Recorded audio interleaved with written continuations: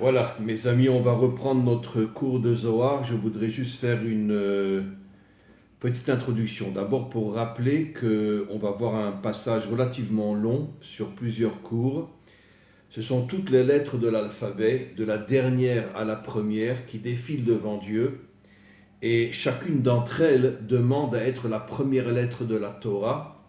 On verra bien sûr pourquoi chaque lettre va revendiquer le pourquoi de son désir d'être la première lettre de la Torah. On va le voir au fur et à mesure. Ça va être assez long parce qu'il y a quand même 22 lettres. Mais je voudrais d'abord faire une introduction. Il y a 22 lettres hébraïques dans l'alphabet donc hébraïque. Et en vérité, ces 22 lettres font allusion à 2 fois 11. 11 et 11, 22. 11, c'est la valeur numérique des 11 attributs divins du Keter à la Malchut. Il y a 11 attributs divins. Généralement, on n'en cite que 10 parce que le tout premier qui est le Keter, qu'on appelle en français la couronne, ne se dévoilera qu'au moment de la délivrance finale. Et d'ailleurs, le Keter, qui est l'attribut le plus haut, qui fait allusion au monde supérieur les plus élevés, se connectera à l'attribut qui est le plus bas, qui correspond à ce monde matériel qu'on appelle la Malchut. Pourquoi le monde matériel s'appelle Malchut, qui veut dire royauté? Parce que toute la finalité et tout le but de ce monde matériel est de dévoiler Dieu comme roi de ce monde, et Malchut signifie royauté. Alors il y a donc 11 sphirotes que je vais nommer: Keter, la couronne; Chochma, la sagesse; Bina, l'intelligence cachée; Da'at, l'union entre la sagesse et l'intelligence cachée. Après on a Chesed, la bonté; Gvura, la rigueur; Tiferet, l'union entre la bonté et la rigueur; Netzar, la victoire; Od, la reconnaissance, la louange; Yesod, qui est d'une certaine manière les fondations du monde; et enfin la 11e sphira, la Malchut. Donc quand on nomme toutes les sphirotes, tous les attributs divins de Keter à Malchut, on a 11 sphirotes. Pourquoi il y a 22 lettres? Parce que les 22 lettres font allusion aux 11 sphirotes, du haut vers le bas et du bas vers le haut. C'est-à-dire du haut vers le bas, la première lettre, Aleph, et on descend jusqu'à la 11e lettre, et après on reprend le chiffre 11, mais du bas vers le haut, la dernière lettre étant le Tav, et on remonte. Maintenant, ce qui est très intéressant, donc on a 2 fois 11 qui fait 22 lettres, qui font encore une fois allusion aux 11 attributs divins, du haut vers le bas et du bas vers le haut. Ce qui est très intéressant, c'est que la première lettre qui va comparaître devant Dieu est la dernière lettre de l'alphabet, le Tav. Nos maîtres expliquent que le Aleph, la première lettre de l'alphabet, fait allusion au monde spirituel les plus élevés. C'est la raison d'ailleurs pour laquelle la première lettre des 10 commandements est un Aleph, pour nous faire comprendre que la Torah est venue de tout en haut, puis après elle est descendue dans ce monde. Et la dernière lettre de la Torah est un Tav, qui fait allusion à la Malchut, qui fait allusion au monde matériel. Ce qui est très intéressant, c'est que la première lettre qui va comparaître devant Dieu est un Tav, pour bien nous faire comprendre que toute la volonté de Dieu, comme je l'expliquais déjà des milliers de fois dans mes cours, que toute la volonté de Dieu, toute la raison pour laquelle Dieu a créé le monde matériel, c'est parce qu'il veut se dévoiler dans le monde matériel. Dieu ne veut pas rester dans les mondes supérieurs, dans les mondes spirituels. Dieu veut lier le monde matériel au monde spirituel et se dévoiler précisément dans le monde matériel pour créer l'union finalement entre les contraires, entre la spiritualité et la matérialité. Encore une fois, c'est la raison pour laquelle le Tav, la dernière lettre de la Torah qui correspond au monde matériel, va se dévoiler et va venir la première devant Dieu pour lui demander d'être la première lettre de la Torah. On verra quelle sera la réponse d'Hachem par rapport à la demande du Tav. Autre chose très très importante, Comme on va le voir, dans le premier verset de la Torah, je vais là d'abord le dire en hébreu, puis après je vais traduire, Bereshit bara Elohim, au commencement, Dieu créa, et Hashamaim, le ciel, ve'et haaretz, la terre. Il y a le mot et, qui commence par un aleph et qui se termine par un tav. Et Hashamaim, le ciel, ve'et haaretz, la terre. En vérité, tous nos commentaires disent que le verset aurait pu très bien se dire d'une autre manière. Bereshit bara Elohim, Hashamaim ve'haaretz. Hashamaim, le ciel, ve'haaretz, la terre. Pourquoi le et? Alors le et en vérité n'est pas véritablement un mot qui a un sens. Comme on le sait, toutes les lettres et tous les mots de la Torah sont complètement codés. Et le et fait allusion à l'union entre le monde d'en haut et le monde d'en bas, puisque le aleph représente le monde d'en haut, la première lettre de l'alphabet hébraïque, et le tav fait allusion à la dernière lettre de l'alphabet hébraïque, qui fait allusion au monde d'en bas. Et donc pourquoi il est dit dans le premier verset, Bereshit bara Elohim, au commencement Dieu créa et Hashamaim ve'et haaretz, pour montrer que tout le désir final de Dieu est l'union entre le ciel et la terre, entre le monde d'en haut, c'est pas le ciel tel qu'on le comprend aujourd'hui, le ciel fait allusion au monde spirituel, la terre fait allusion au monde matériel, l'union entre le monde spirituel et le monde matériel, entre le monde matériel et le monde spirituel, et c'est ça le et, qui est l'union entre le aleph et le tav, la première lettre de la Torah qui correspond la première lettre de l'alphabet, qui correspond au monde d'en haut, et la dernière lettre qui correspond au monde d'en bas. On va maintenant, donc, juste encore une dernière introduction. Il faut savoir que en hébreu, surtout dans l'hébreu biblique, la dernière lettre d'un mot représente le sens véritable d'un mot. Comme on va le voir, le tav demande être la première lettre de la création, parce que le tav est la dernière lettre du mot émet, qui veut dire vérité en hébreu, la vérité. Mais pourtant, le émet commence par un aleph. Alors pourquoi c'est le tav qui demande à être la première lettre? Parce que nous le savons, en hébreu, dans l'hébreu biblique, la dernière lettre représente toujours le sens profond du mot. Et c'est facile à expliquer, la vérité doit se dévoiler dans le monde d'en bas. Le tav représente le monde d'en bas. Dieu ne veut pas que la vérité soit uniquement dans le monde d'en haut. Dieu veut que la vérité soit dans le monde d'en bas, c'est-à-dire purifier ce monde, le nettoyer de toutes les saletés qui sont en lui. Et lorsque ce monde redeviendra un monde propre, il redeviendra un monde de vérité. D'ailleurs, il y a un verset qui dit « Emet me eretz titzmar ». La vérité poussera à partir du monde matériel. Eretz, c'est-à-dire le monde matériel. Pour bien nous faire comprendre que la vraie vérité sera précisément dans le monde matériel, une fois que le monde matériel aura été nettoyé de toutes les saletés qui le dominent depuis la faute de Adam Arishon. Alors on va maintenant prendre le texte et on va expliquer au fur et à mesure. Shariat et Tav limial berisha. Le Tav, la dernière lettre de l'alphabet, est la première qui vient devant Dieu. Amra, elle demande à Dieu, Ribon almin, maître du monde, Nira kamar lemivre bialma, je voudrais que tu crées le monde avec moi. Ce sont des codes, bien sûr. On va voir qu'est-ce que représente le Tav.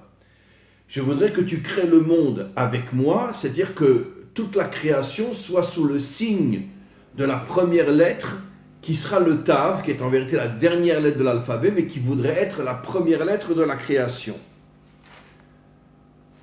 De Ana Chutma, de Gushpanka Dilar Emet, parce que je suis la dernière lettre du mot qui te représente le plus, le mot Emet, qui est le mot vérité. Comme j'ai expliqué, c'est la dernière lettre qui représente le sens profond d'un mot dans l'hébreu biblique, parce que la dernière lettre est celle qui nous montre finalement quel est l'aboutissement de ce mot. Le Tav est l'aboutissement du mot Emet, comme pour dire que la vérité doit se dévoiler dans le monde d'en bas, puisque le Tav représente le monde d'en bas. Donc, encore une fois, le Tav dit, puisque je suis la dernière lettre du mot Emet, c'est-à-dire que j'ai compris que tu veux que la vérité se dévoile dans le monde d'en bas, c'est tout à fait normal, dit le Tav, que je sois la première lettre de la Torah pour bien faire comprendre à l'homme que tout son travail est de dévoiler la vérité dans le monde d'en bas et pas seulement dans les sphères supérieures.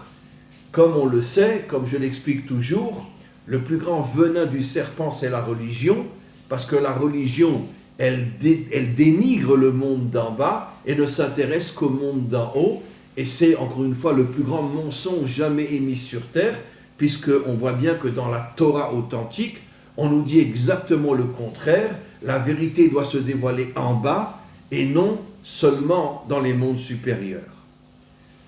Alors, le Tav continue et dit devant Dieu, Ve'ant id kariat emet. En plus, c'est pas seulement que la vérité doit se dévoiler dans le monde d'en bas, et je suis le Tav qui représente le monde d'en bas. Toi-même, Dieu, ta définition essentielle, c'est la vérité. Tu es l'énergie, la source, la racine de toute la vérité. Donc à partir du moment où tu veux que la vérité se dévoile dans le monde d'en bas, et en plus toi-même, on te nomme la vérité, c'est tout à fait normal que l'on commence la création et que toute la Torah soit sous le signe de la lettre Tav qui représente la vérité.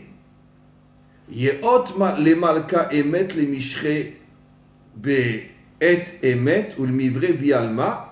Et le Tav continue, il dit, vraiment, j'attends que tu me répondes et que tu admettes que le monde doit être créé avec la lettre Tav. Maintenant, c'est Dieu qui répond au Tav. Amar la kucha berichu. Hachem répond au Tav. Yeot ant. C'est sûr que ta demande est tout à fait justifiée, elle est tout à fait honorable. Je pourrais l'accepter, mais malheureusement, je ne vais pas l'accepter. Vezaka ant. C'est sûr que tu as énormément de mérite, car c'est vrai, tu as raison. J'ai créé le monde matériel afin de me dévoiler dans le monde matériel, c'est-à-dire dévoiler la vérité authentique dans le monde matériel, et pas seulement dans les sphères supérieures. Donc, tu as raison dans ta demande. Et là, mais malgré tout, il y a quelque chose que je voudrais te dire. Lit an kedai le mivre baralma. Je ne peux pas te choisir comme étant la première lettre de la Torah. Pourquoi?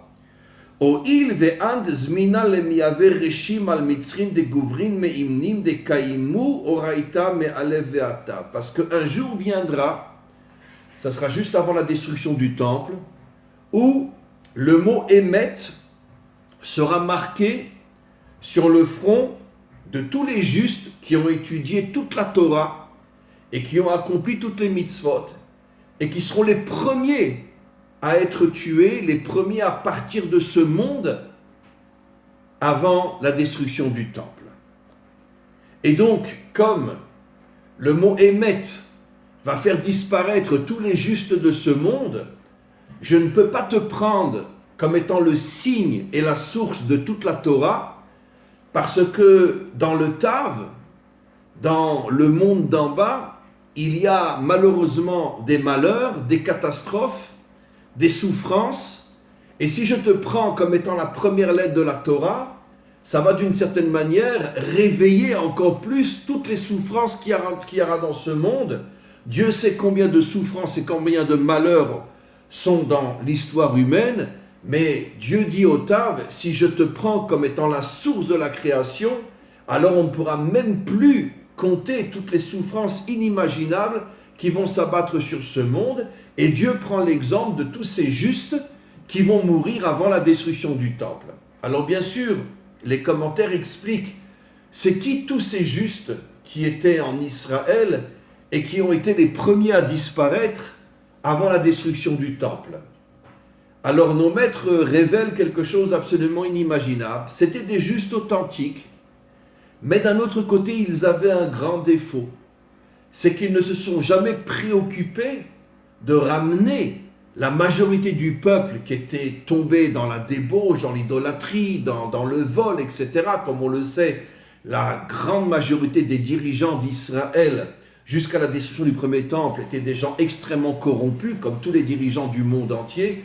Comme je l'ai toujours expliqué, Israël est le microcosme de l'humanité tout entière. Tout le bien qu'il y a dans le monde est aussi chez nous, et tout le mal qu'il y a dans le monde est aussi chez nous. Et dans la mesure où tous les dirigeants, sans la moindre exception, sont tous des mafionnaires corrompus qui n'ont que la seule religion qui est ce que j'appelle moi le culte de l'ego, le culte de l'orgueil, et dont toute la pensée visible ou cachée est de dominer les peuples et les transformer en esclaves et en robots, surtout dans le monde de la démocratie qui a une vitrine magnifique, mais qui en vérité endort complètement les peuples afin de les transformer petit à petit en robots, en esclaves, afin de les dominer et de les écraser. Et donc, à cette époque-là, juste avant la destruction du temple, la plupart des dirigeants en Israël étaient eux aussi extrêmement corrompus, et la grande majorité du peuple s'était fait avoir et avait suivi ces dirigeants et étaient tombés eux aussi dans l'idolâtrie, dans la débauche, dans le vol, etc., etc. Il restait une minorité de justes qui, eux, s'accrochaient de toute leur force à la Torah et n'étaient pas tombés, et ceci dans chaque génération. Mais le grand problème de ces justes, c'est qu'ils se réfugiaient à l'intérieur, on pourrait dire, de leur sphère spirituelle et ne faisaient rien, ne prenaient pas de risques, n'agissaient pas, n'étaient pas dans l'action pour essayer de convaincre le peuple de se débarrasser de tous ces dirigeants corrompus et de revenir à la Torah et de revenir vers Dieu. C'est-à-dire que finalement, c'est ce que j'appelle moi la religion. C'est quoi la religion? Je suis dans mon monde et je ne m'intéresse pas aux autres. Et donc, ces tzadikim, qui étaient des gens bien, parce qu'ils étudiaient la Torah, ils accomplissaient les mitzvot, ils n'étaient pas idolâtres, ils n'étaient pas débauchés, ils vivaient véritablement en relation avec Dieu, mais ils fautaient en ce sens qu'ils ne faisaient rien pour essayer d'influencer le peuple et de le ramener vers la morale, vers la spiritualité authentique, vers la Torah, vers Dieu. Ils avaient complètement tourné le dos au peuple. Et là, on voit quelque chose d'absolument extraordinaire que j'ai déjà expliqué des milliers de fois. Un homme spirituel qui n'est pas en même temps un homme d'action, qui n'agit pas dans ce monde et qui ne se met pas en danger pour essayer finalement de faire tomber tous les méchants de ce monde et libérer les peuples de cette emprise maléfique qui fait tomber les peuples, ceux qui sont des gens bien, mais qui tournent le dos à ce monde, finalement seront les premiers qui vont mourir. Les premiers que Dieu a tués étaient précisément ces gens-là. Et nos maîtres expliquent pourquoi. Parce que la Torah n'a pas été donnée à l'homme pour qu'il vive dans une bulle spirituelle déconnectée de ce monde. La Torah a été donnée à l'homme, comme il est dit, Hachem oz le'amo iten, Dieu a donné la force à son peuple. Et nos maîtres disent, En oz et la Torah, la force c'est la Torah, pour nous faire comprendre qu'un homme de Torah qui n'est pas dans ce monde et qui n'agit pas dans ce monde pour se battre contre tout le mal qu'il y a dans ce monde et surtout dans le but de ramener les peuples vers la Torah, celui qui ne le fait pas, c'est comme si en vérité il n'avait absolument pas la Torah. C'est comme si quelqu'un a une voiture et n'utilise jamais, c'est comme si quelqu'un a une maison et ne rentre jamais dans sa maison, c'est comme si quelqu'un a un travail mais ne va jamais au travail. Si quelqu'un a la Torah mais ne se sert pas de la Torah pour agir dans ce monde, c'est comme s'il n'avait rien. Et Dieu a puni les tzadikim, comme pour leur faire comprendre, vous êtes des gens bien. Mais d'un autre côté, qu'est-ce que vous avez fait pour essayer de sauver ce monde? À cause de vous, parce que vous n'avez rien fait, il devait y avoir la destruction du temple.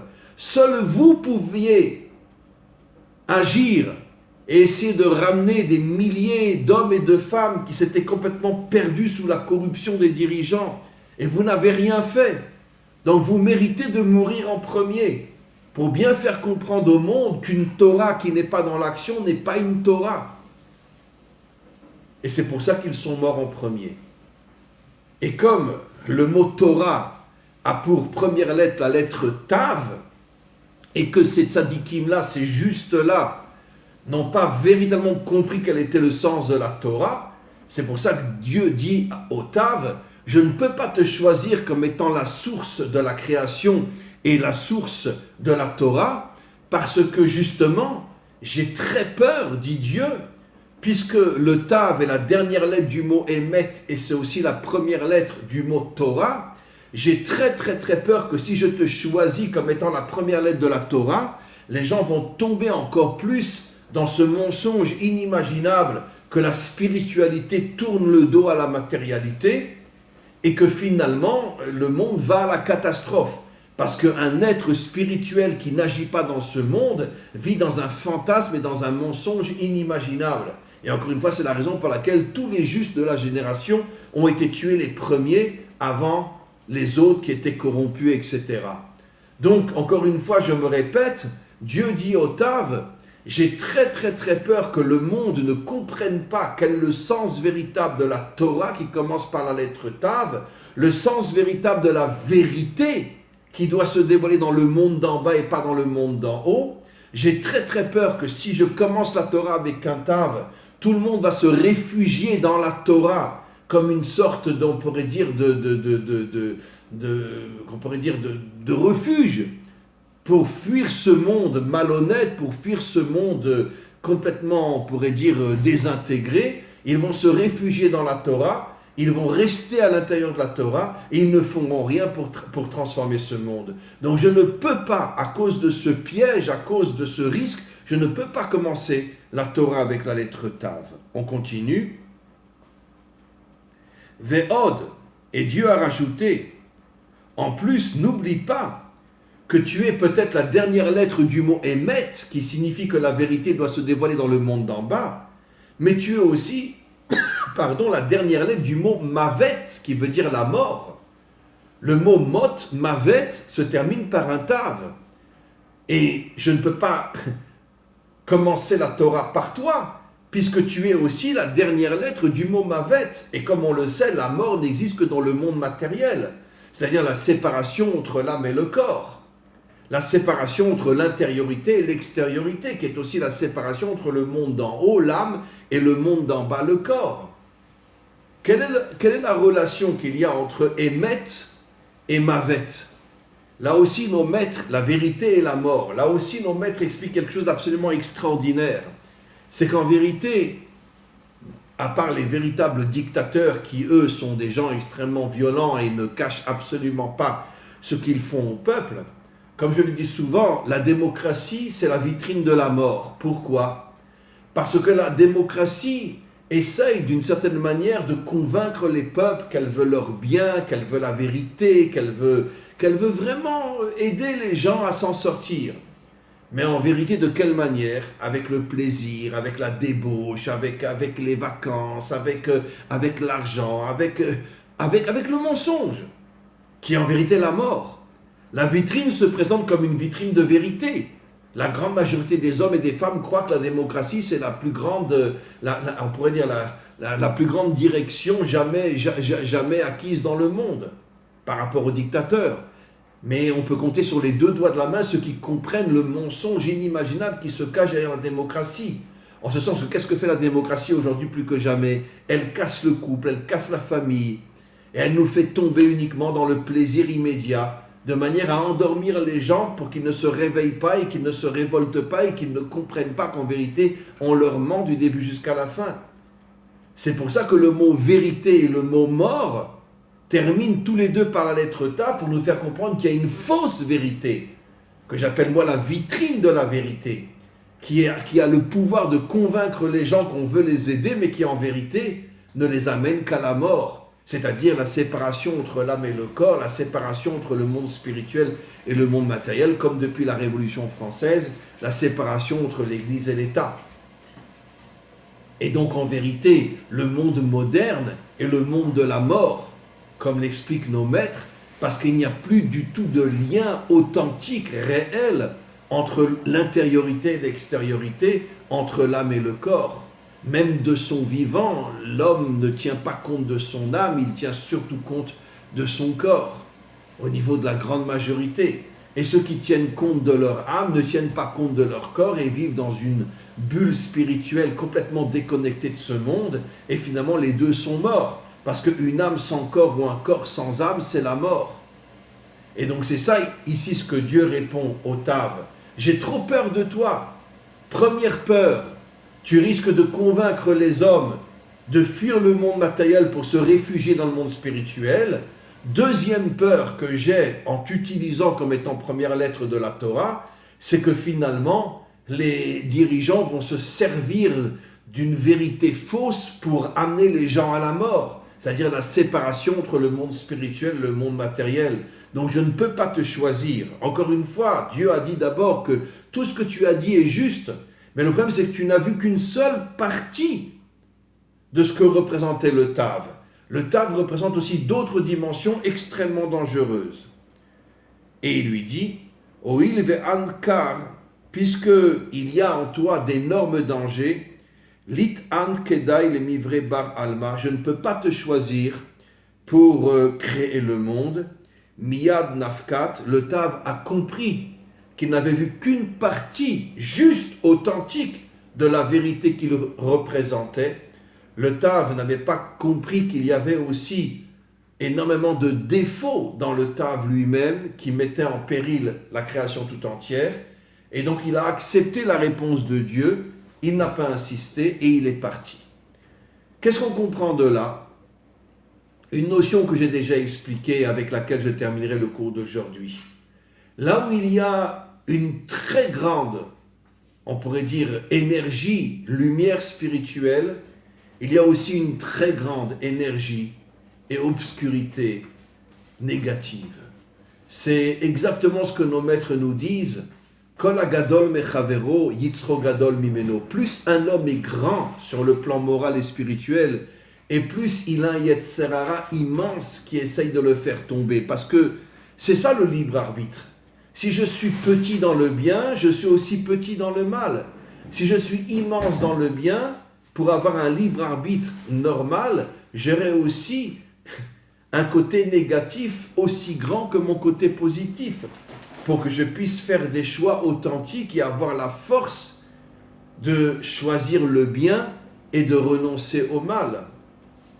Maintenant, plus encore, nos maîtres vont jusqu'à dire que les grands qui ont en vérité une énergie spirituelle authentique extrêmement grande et qui ont aussi des forces négatives extrêmement grandes en eux, si ce n'était Dieu qui les aide, ils ne pourraient pas s'en sortir. Pourquoi?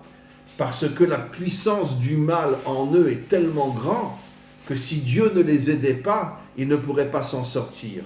De là, on comprend que finalement, c'est quelque chose d'assez incroyable à dire, surtout que 99% des gens ne le savent pas. Plus un homme est grand et plus il est en danger. Plus il a des qualités énormes et plus il est en danger. Je pourrais citer 2 exemples parmi des milliers d'autres. Jéroboam, je l'ai déjà dit, avant de devenir le roi des 10 tribus, était le plus grand juste de sa génération, le plus grand homme de Torah de sa génération. C'était un véritable saint. C'est pour ça que Dieu l'a choisi pour diriger les 10 tribus d'Israël. Et dès qu'il a pris le pouvoir, il est devenu un idolâtre, un criminel, un débauché. Pourquoi? Parce que le mal a pris le dessus sur lui. Comme c'était un homme immense au niveau du bien, il avait un potentiel de mal énorme en lui. Et dès qu'il a pris le pouvoir, il est tombé dans le culte de l'ego et il est devenu l'un des plus grands méchants de toute l'histoire d'Israël. Le roi Shaoul aussi, on nous dit que quand il a été nommé roi, il était comme un enfant de 1 an. Il n'avait jamais de sa vie fauté comme un enfant de 1 an. Et après, c'est devenu le pire ennemi de David. Il a poursuivi David, il a voulu le tuer, jusqu'au point qu'un jour, il a fait massacrer toute une ville, hommes, femmes, enfants, nourrissons, qui avaient aidé David à s'échapper. Il les a fait tous massacrer. Comment c'est possible? Quand il est devenu roi, il était comme un enfant de 1 an.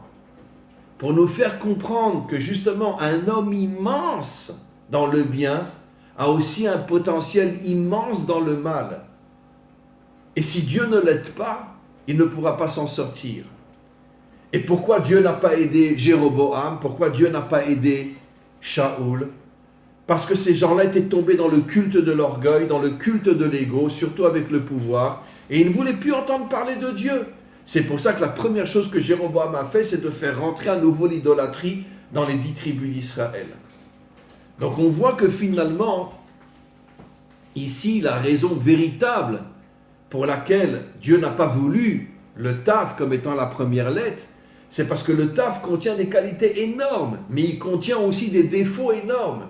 Lui n'a vu que des qualités, c'est pour ça qu'il a demandé à être la première lettre, mais Dieu lui a dit, mais tu n'as pas que des qualités, tu as aussi des défauts énormes. Et c'est pour la raison pour laquelle tu es une lettre dangereuse. Voilà mes amis, on s'arrête pour aujourd'hui et on reprendra ce cours la semaine prochaine.